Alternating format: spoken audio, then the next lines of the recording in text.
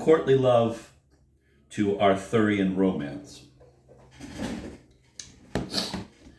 If now from the south of France we move to the north, we find that in the Arthurian romances, Tristan, Lancelot, and the whole cycle, courtly love and its rhetoric with many meanings were transferred from song to narrative. It has been said that the first courtly novel was born from the contact of alien legends with the notion of courtesy. The alien legends in question were the ancient Celtic sacred mysteries, of which, as it happens, writers such as Beroul and Christian de Troyes were not more than half aware. Mingled with bits of Greek mythology, how far the literatures of southern and of northern France were independent of one another has been the subject of prolonged controversy. Today it seems to be agreed that the poets of the Romantic South communicated their style and doctrine of love to the storytellers of the Round Table cycle, and the course of the transmission may be traced to historical documents. Eleanor of Aquitaine left her court of love in the south of France, the region of the Languedoc, in order to marry Louis VII, who was king of France from 1137 to 1180. And then, in 1152, she married Henry, who 2 years later became king of England. Her son, Richard Coeur de Lion, the friend of the Gascon troubadours and himself a troubadour, was excommunicated by Rome. At each removal, she took her troubadours with her. It is thanks to her and to them, among others, that the Anglo-Norman trouvères became possessed of the rules and secret of courtly love. Christian de Troyes says that both the matter and spirit of his romances were obtained from Countess Marie of Champagne, Eleanor's daughter.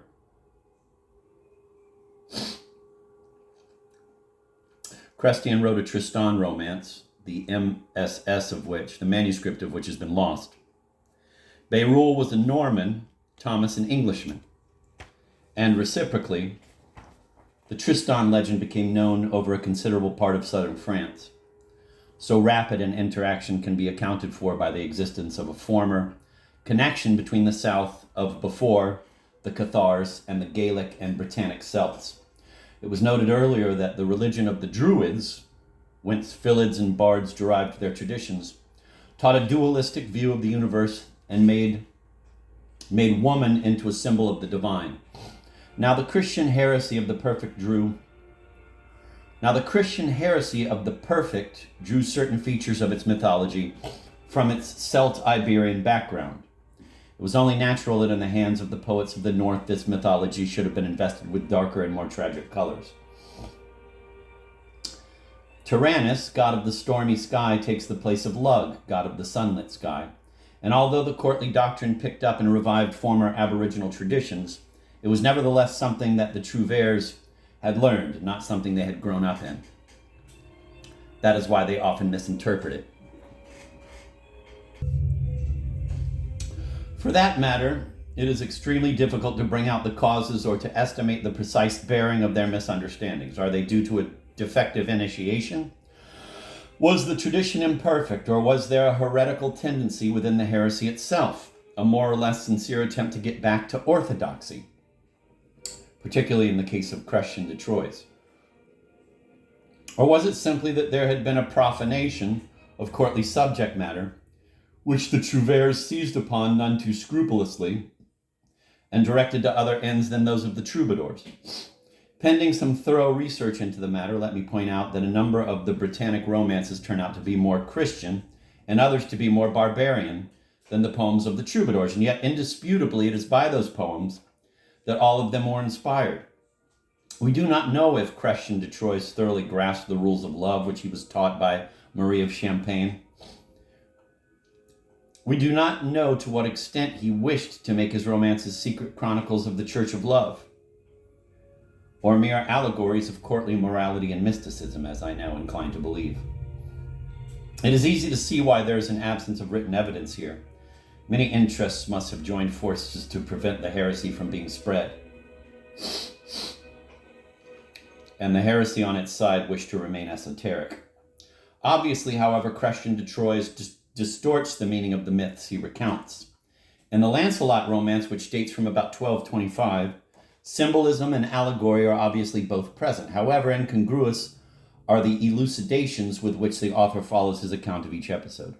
One elucidation, however, deserves to be mentioned because, notwithstanding the author's unawareness of what he was saying, its Catharist origin is clearly discernible. Lancelot, while wandering in the forest, reaches a place where the road forks. He hesitates between going left or right. Then, in spite of the warning given on a cross which appears in front of him, he goes to the left. Before long, a knight in white armor rides up, throws him off his horse, and takes away his crown. The crestfallen Lancelot then meets a priest to whom he makes confession. "I shall tell you the meaning of what has befallen you," the priest says. "The road to the right, which you ignored at the fork, was that of earthly chivalry, in which you have long triumphed. The road to the left was that of heavenly chivalry, which allows no killing of men or overcoming of champions by force of arms. It is the realm of spiritual things, and you bore with you on this road the crown of pride. That is why the knight overthrew you so easily, for he represented the very sin you had committed."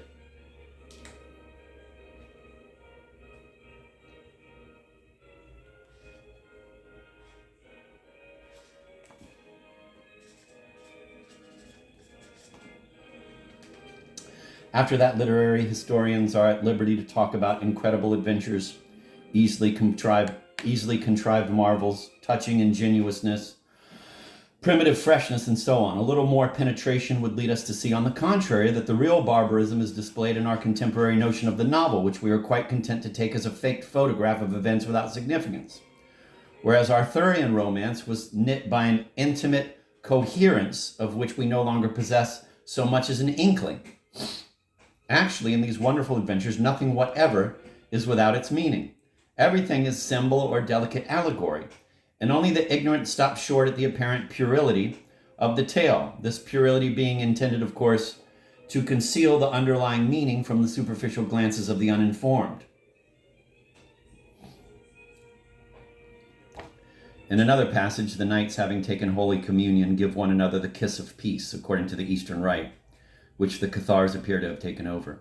Finally, M. Anichkov has shown that the bridge which the Knights of the Grail have to cross is really the Sinvat bridge of Manichaean mythology, a bridge thrown across an infernal river and one that alone the elect are able to cross. Quote, "There is cause for describing the creative group of the Britannic material as Manichaeizing," end of quote, Anichkov writes. Joachim de Flor, page 291, after having insisted on the Catharist influences apparent in all those romances.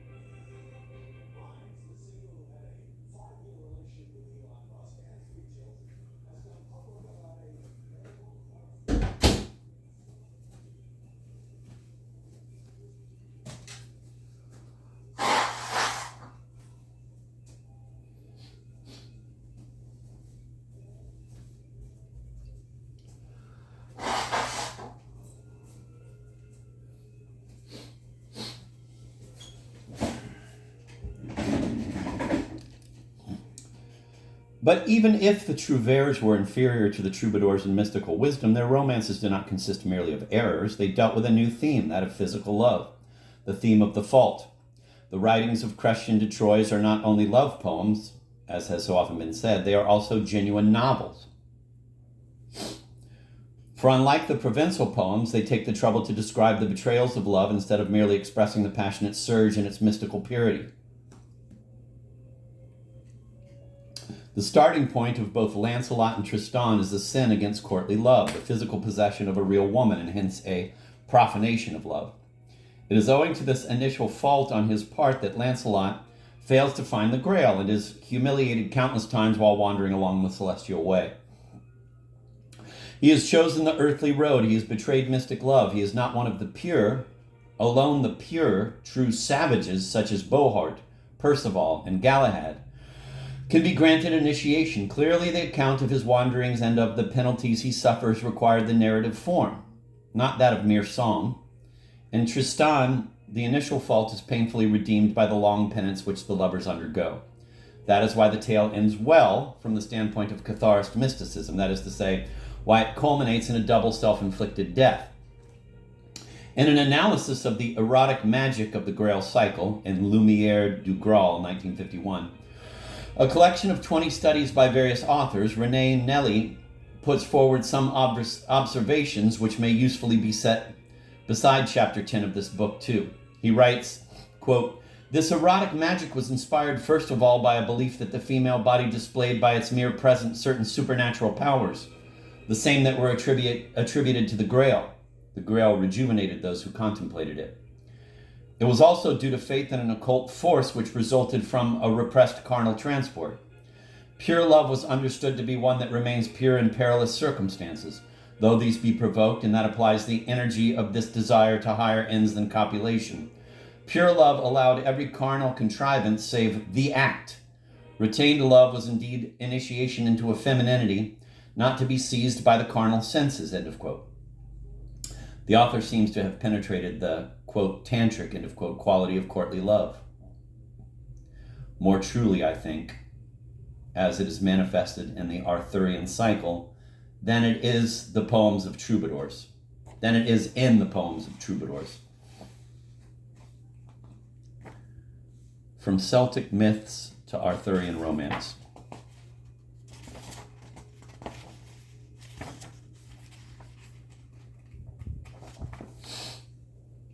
Tristan must seem the most thoroughly courtly of Arthurian romances because the epic element, the battles and schemings, is reduced to a minimum, and the tragic development of the religious doctrine alone determines the strong and elemental progress of the tale.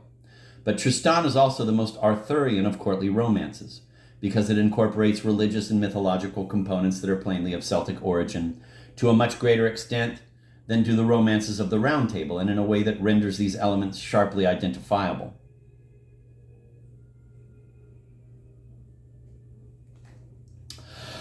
Hubert very truly says about Gaelic literature that it contains matter derived from the religion of the ancient Britons as by a miracle, for it arose in a Christian country that had been first Romanized and then colonized by the Irish.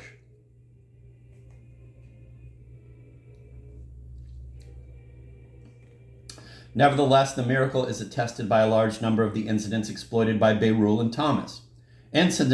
Incidents that it has only become possible to account for thanks to the most recent archaeological discoveries about the Celts.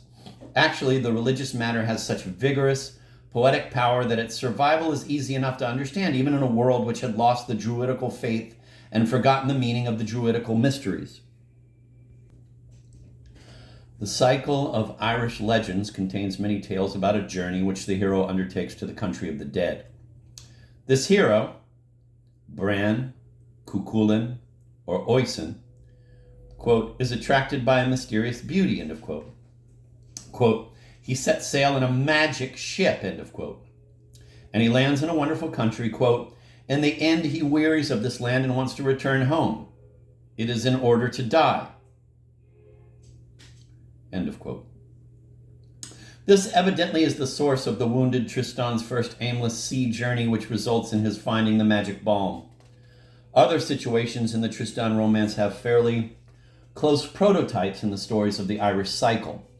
For example, in the tragic idyll of Diarmaid and Grain, the two lovers flee to the forest where the husband pursues them.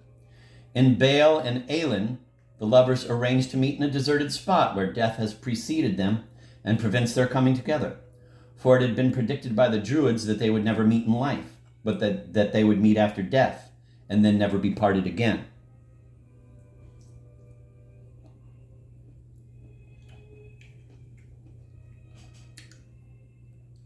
It would be easy to note further similarities, but the resemblance between certain features of behavior is even more striking. It will be remembered that Tristan is an orphan and that he is brought up in the castle of his uncle, King Mark. Now it frequently happened among the Celts in the most remote times that children were entrusted, quote, to the care of a qualified person in some great house, a house of men, end of quote. They were taught there by a druid and were thus sheltered from women. Quote, this institution, which was commonly given the Anglo-Norman name of fosterage, was retained in Celtic countries. We find children being entrusted to foster parents, of whose family they became members, as is shown by the fact that a certain number acquired the family name of their foster father. These foster fathers were sought either among members of the mother's family or among druids, end of quote.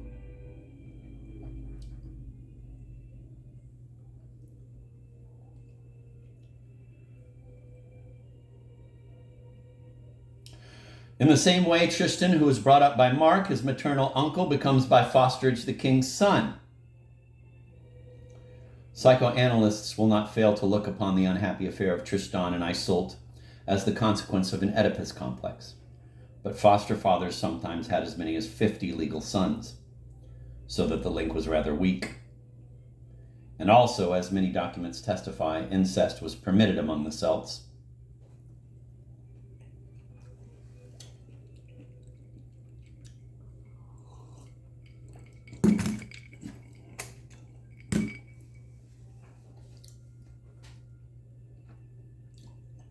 The Celtic custom of a ritual gift of exchanging ostentatory gifts with efforts to go one better, potlatch, figures also in Tristan and in the romances of the Round Table. Many episodes begin with a blank promise made by the king to some damsel who has asked him for a gift, without saying of what.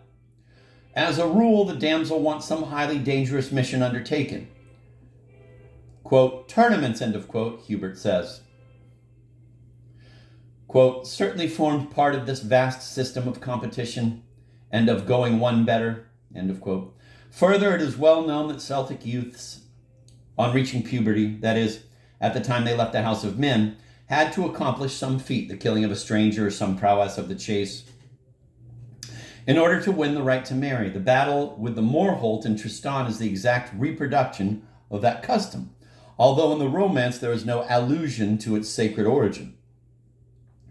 All this renders Hubert's theory plausible, that Celtic mythology was transmitted to the courtly cycle, not through any properly religious channels, but by a more profane cult of heroes and of prowess, which had gradually replaced the gods in their worship and popular legend. Gaston Paris noted with acumen that the romance of Tristan and Iseult gives forth a peculiar note which is not heard again in medieval literature, and he accounted for this by the Celtic origin of the poems. It is through Tristan and through Arthur that the most limpid and precious part of the Celtic genius was incorporated in the European spirit.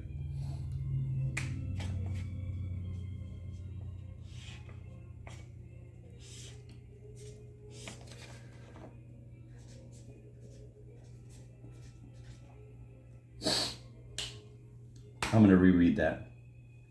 Quote, Gaston Paris noted with acumen that the romance of Tristan and Iseult gives forth a peculiar note which is not heard again in medieval literature, and he accounted for this by the Celtic origin of the poems. It is through Tristan and through Arthur that the most limpid and precious part of the Celtic genius was incorporated in the European spirit. Thus Hubert. The, quote, peculiar note, end of quote, which Bédier has admirably reproduced in his modern transcription of the legend, so unmistakably finds the path to our hearts that we can isolate the non-Celtic and therefore courtly element which was responsible in the 12th century for the production of the myth.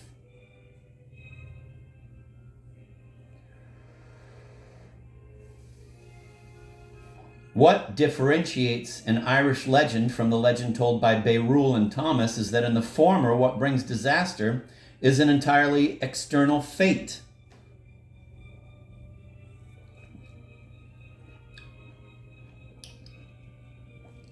Whereas in the latter, it is a secret but unerring wish on the part of the two mystic lovers.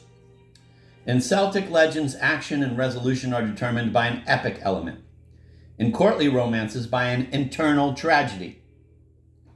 Then also Celtic love, in spite of the religious sublimation of woman by the Druids, is above all sensual love. This is evidenced, for example, by Tannhauser. The Tannhauser of the 16th century is a late German adaptation of Hiberno Scottish legends. It owes nothing whatever to courtly influence. The Montsalvat of the chaste is replaced by the Venusberg. I shouted that because there's an exclamation point after Venusberg. The Montsalvat of the chaste is replaced by the Venusberg. I don't know why there's an exclamation point, but there is.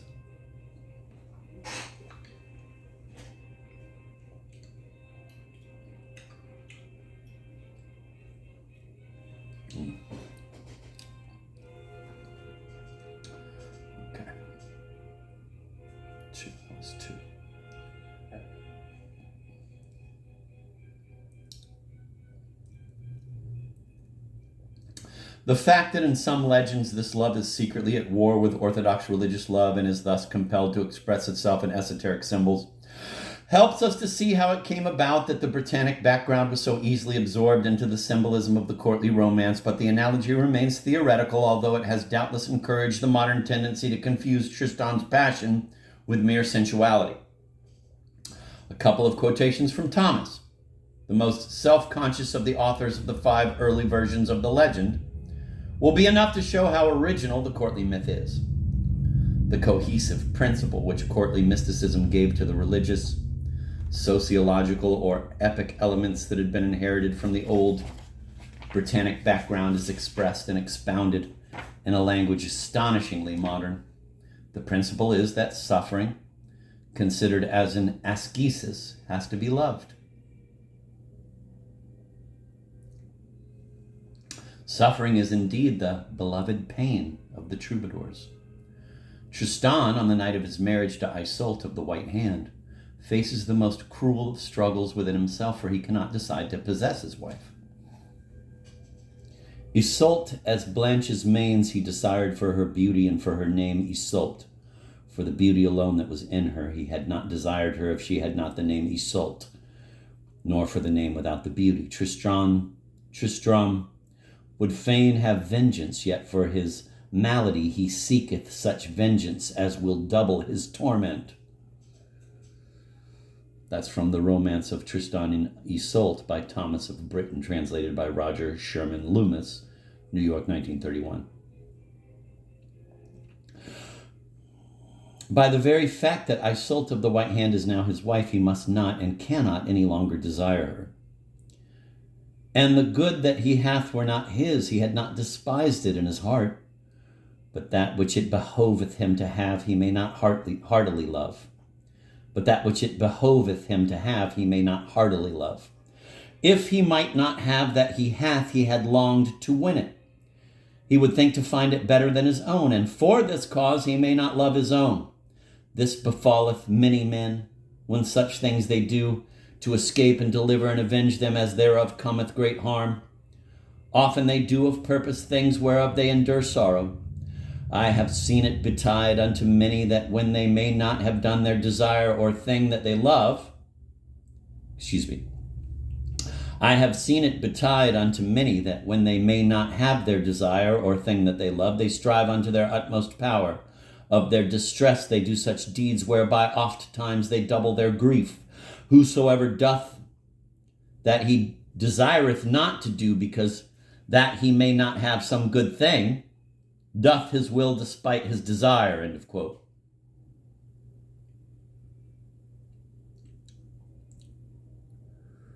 The Celtic background of religious legends, which, as it happens, were at a very remote period common to both the Iberian South and its Languedoc, and to the Irish and Britannic North. Customs of very compliant sensuality, and finally the individual fancy of each of the poets. There, when all is said and done, are the material thanks to which the heretical doctrine of love, which was profoundly dualist in spirit and probably Catharist in its immediate origin, underwent its transmutations. In this way was the Tristan myth born. I am far from intending to analyze the metamorphosis. It eludes us doubly, in being poetic and in being mystical. But we now know whence the myth came and whither it must lead. And perhaps we have gained an inkling, although this is something that could not be put into words, of how the myth may be enacted in an individual human life or embodied in a piece of imaginative literature.